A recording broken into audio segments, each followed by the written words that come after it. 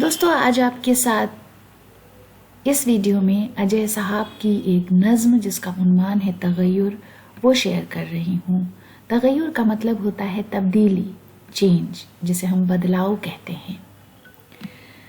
नज़्म कुछ इस तरह है। मुद्दतों बाद अचानक तुम्हें देखा जो कहीं, तुम में तुम सा कहीं कुछ भी नजर आया ही नहीं। न वो चेहरा न तबस्सुम न वो भोली आंखें, जिंदगी जिनकी तमन्ना में गुजारी मैंने। न वो लहजा न तकल्लुम न वो अपनी सी महक, जिसकी खुशबू मेरी सांसों में समा जाती थी। देर तक मैंने कहीं तुम में ही खोजा तुमको, तुमको पाया ही नहीं, तुम तो कहीं थे ही नहीं। जो मुकम्मल कभी मेरा था, फकत मेरा था, आज उस शख्स का तुम में कोई टुकड़ा भी नहीं।